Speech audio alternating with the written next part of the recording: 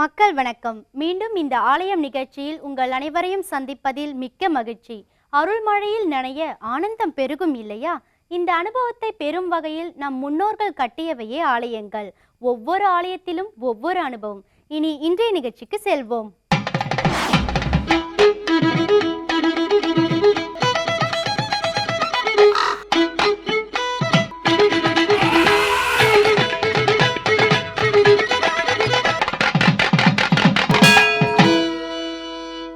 இன்றைய ஆலயம் நிகழ்ச்சியில் நாம் காண இருக்கும் திருக்கோயில் மேலப்பெரும்பள்ளம் என்னும் ஊரில் உள்ள திருவலம்புரநாதர் திருக்கோயிலாகும். நாகை மாவட்டம் பூம்புகார் செல்லும் சாலையில் மயிலாடுதுறைக்கு கிழக்கே 20 கிலோமீட்டர் தொலைவில் இவ்வூர் அமைந்துள்ளது. வாருங்கள், கோவிலை சுற்றி பார்ப்போம்.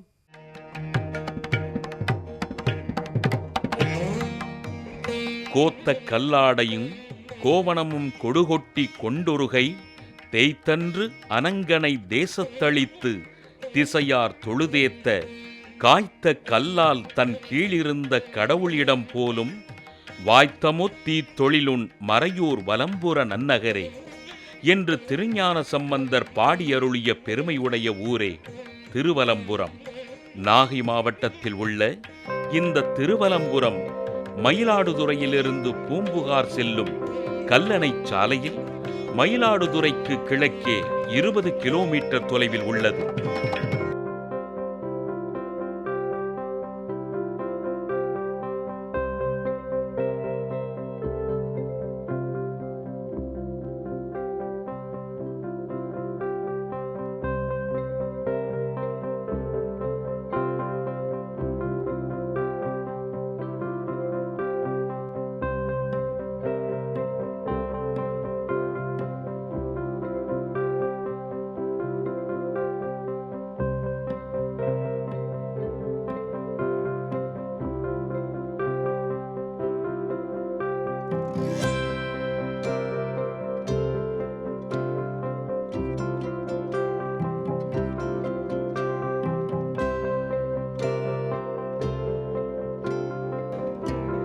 திருஞான சம்பந்தர், நாவுக்கரசர், சுந்தரமூர்த்தி ஆகிய மூவராலும் பாடல் பெற்ற திருத்தலமே திருவலம்புரம்.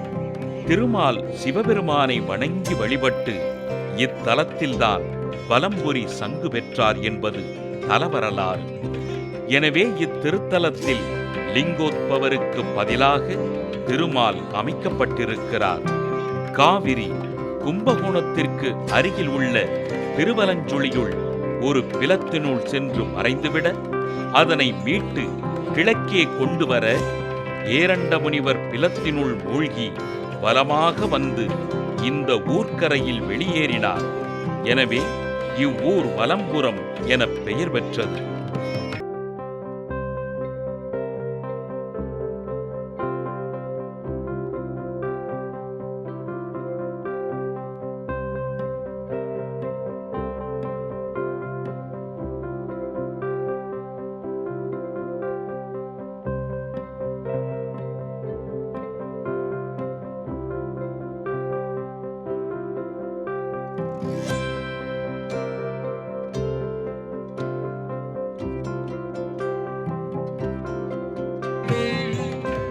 திருக்கோயில் தலபுராணம் இவ்வூரை தாலவனம் என்று அழைக்கிறது.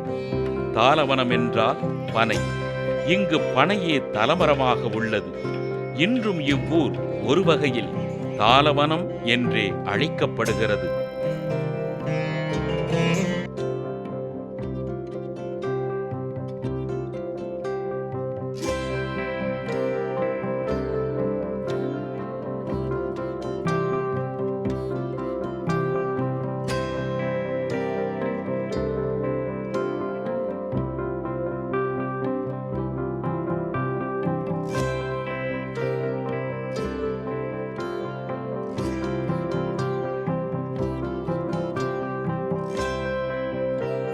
கால திருக்கோயில் இது என்பது கோயில் கட்டிட அமைப்பிலிருந்தே அறிய முடிகிறது. பட்டினத்தார் உட்பட திருநாவுக்கரசர், திருஞான சம்பந்தர், சுந்தரமூர்த்தி ஆகிய மூவராலும் பாடல் பெற்ற இத்திருத்தலத்து இறைவனை வணங்கினால் இன்பம் பெருகும் என்கிறார்கள்.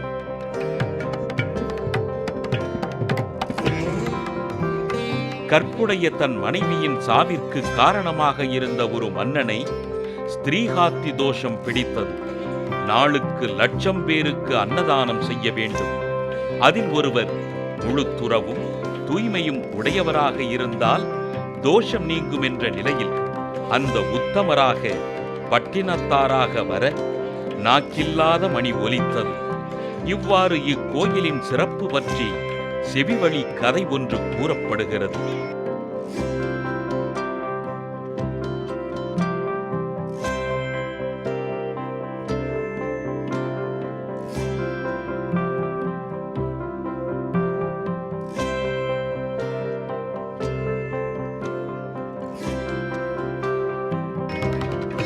பூம்புகாரில் நடக்கும் பட்டினத்தார் திருவிழாவில் 7ஆம் நாள் நிகழ்ச்சியாக இக்கதை அமைவதோடு பட்டினத்தாரே அதே நாளில் இந்த திருவலம்புரம் திருக்கோயிலுக்கு எழுந்தருளுவதுண்டு.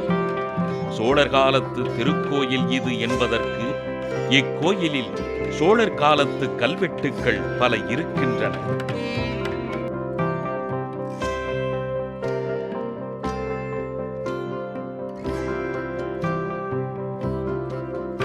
சிவகங்கை தீர்த்தம், அங்க தீர்த்தம் என 2 தீர்த்தங்கள் இக்கோயிலில் உள்ளன. மூலவராக வலம்புரநாதர் சுயம்பு லிங்கமாக எழுந்தருளி உள்ளார். பாம்பு புற்று போன்ற தோற்றமுள்ள இந்த லிங்க திருமேனியில் 2 பள்ளங்கள் தென்படுகின்றன. அருணகிரிநாதரும் இத்தலத்திற்கு வந்து இந்த திருவலம்புர திருத்தலத்து முருகப்பெருமானை திருப்புகழால் பாடி வழிபட்டுள்ளார்.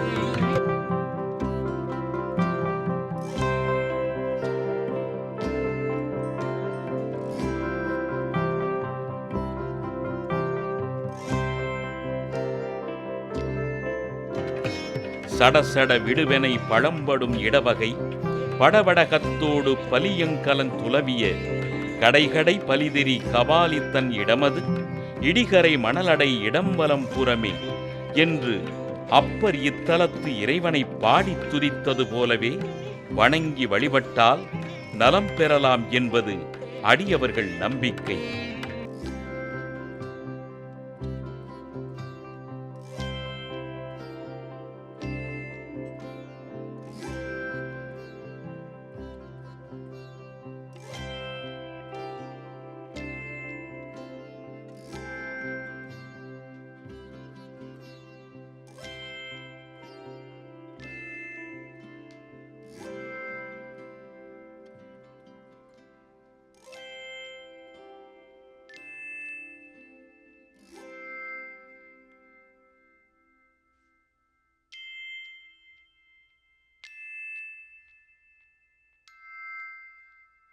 ஆலயம் நிகழ்ச்சியின் அடுத்த பகுதியாக வருகிறது திருப்புகழ். நாளும் ஒரு திருப்புகழை கேட்பது நலமாக இருக்கிறது இல்லையா?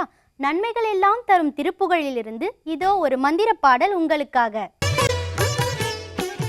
எல்லோரும் இன்புற்றிருக்க நினைப்பதுவே அல்லாமல் வேறொன்று அறியேன் பராபரமே. அருணகிரிநாதருடைய பாடலில் இன்று நாம் பார்க்கக்கூடியது கந்தர் அலங்காரம் எனும் பிரிவைச் சேர்ந்தது. உதாரணமாக 8 மணிக்கு நாம் செய்து கொண்டால் அலங்காரம் 8 மணி, அதை 8:15 ஆகி போய்விட்டால் அலங்காரம் என்பது அலங்கோலமாக ஆகி போய் விடுகின்றதல்லவா? இது நம்ம கதை. ஆனால் அவனுக்கு செய்யக்கூடிய அலங்காரம் என்றென்றும் நிலைத்து நிற்கும். அதன் காரணமாகத்தான் இப்படிப்பட்ட அருந்தமிழ் பாடல்களை அவனுக்கு அழகாக ஆபரணமாக மாலைகளாக ஆக்கி தொடுத்து சூட்டினார்கள். என்றோ எழுதிய பாடல், 15ஆவது நூற்றாண்டில் எழுதிய பாடல். இப்பொழுது பாருங்கள், இன்றும் அற்புதமான தகவல்களை நமக்கு சொல்லிக் கொண்டிருக்கின்றன. அந்த பாடல் செயல்பட்டழிந்தது செந்தூர் வயல் பொழில்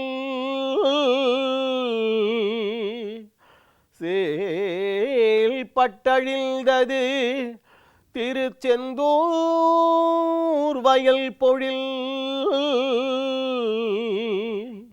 தேன் கடம்பின் மால்பட்டு அழிந்தது பூங்கொடியார் மனம் மாமயிலோல் வேல்பட்டு அழிந்தது, மாமயிலோல் வேல்பட்டு அழிந்தது, வேலையும் சூரனும் வெற்பும் அவள் கால் பட்டு அழிந்தது, அவன் கால் பட்டழிந்தது, இங்கு என் தலைமேல்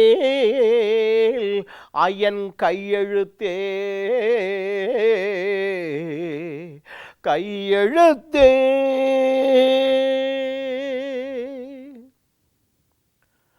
அற்புதமான தகவல்களை உள்ளடக்கிய பாடல் இது.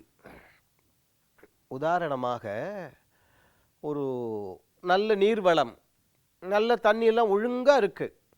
நீர்வளம் ஒழுங்காக இருந்து மட்டும் பிரயோஜனம் இல்லை. மனித ஆற்றல், மனித வளம் என்று சொல்கின்றோம் அல்லவா, அது ஒழுங்காக உபயோகப்படுத்தப்படுகின்றதா, அதாவது செயல்முறைப்படுத்தப்படுகின்றதா அந்த நீர்வளத்தை வைத்து, அதெல்லாம் இந்த முதல் வரியில் அவ்வளவு தகவல்கள். நன்றாக நீர்வளம் நிலவளத்தில் பாய்ந்து அழகாக அதை பெருக்கிக் கொண்டிருக்கின்றது. அதை செயல்பட்டு அழிந்தது செந்தூர் வயல் பொழிலாம். என்ன கொடுத்து வைத்தவர்கள் நாம். அது நல்லா விளைஞ்சிருக்கு, நெற்கதிர் பிரமாதமாக விளைந்திருக்கிறது வயல். அங்கிருந்து அழகாக அந்த மீன் வகைகள் ஏராளமாக சொல்வார்கள், கெண்டை கெளுத்தி என்னெல்லாமோ சொல்வார்கள், நன்றாக வளர்ந்த மீன்கள். அப்படி அந்த வயலுக்குள்ளே வந்தது, இப்படியும் அப்படியும் நெளிந்து ஓடுகின்றது. அது ஓடும் பொழுது அது இப்படி இருக்கிறதல்லவா, அந்த நெற்கதிர்கள் அங்கு இங்கும் சாய்ந்து அவற்றில் சில அழிந்து போகின்றனவாம். என்ன அர்த்தம்? அந்த ஊரில் எல்லோருமே மாமிச உணவு உண்ணாதவர்கள். இதை வாரியார் சுவாமிகள் மிகவும் அழகாக நயம்பட சொல்லுவார். அந்த ஊரில் எல்லாருமே வெஜிடேரியன், நான் வெஜிடேரியன் இல்லை. ஏன்னா எல்லாரும் அசைவமாக இருந்திருந்தா அந்த மீன்லாம் வயக்காட்டிலையா துள்ளிக்கிட்டு இருக்கும், வயதுக்குள்ள துள்ளிட்டு இருக்கும் பாரு அவர். இப்பொழுது தெரிகின்றதா? இதை ஏதோ அருணகிரிநாதரோ அல்லது வாரியார் சுவாமிகளோ பொழுது போகாமல் சொல்லிவிடவில்லை. வள்ளுவர் தமிழ் மறை என்று சொல்லக்கூடிய திருக்குறளில் சொல்கின்றார், தன் உன் பெருக்கத்து தான் பெரிது உண்பான் எங்கனம் ஆளும் அருள். இனிமே இதுக்கு மேலே யாரும் சொல்ல முடியாது. இந்த சதையை வளர்க்கறதுக்காக மற்ற மிருகங்களுடைய சதையை தின்கின்றாயே, உனக்கு எங்கிருந்து அருள் கிடைக்கும் என்பது வள்ளுவருடைய வாக்கு. இதைவிட இன்னொரு தகவலையும் அவர் சொன்னார்.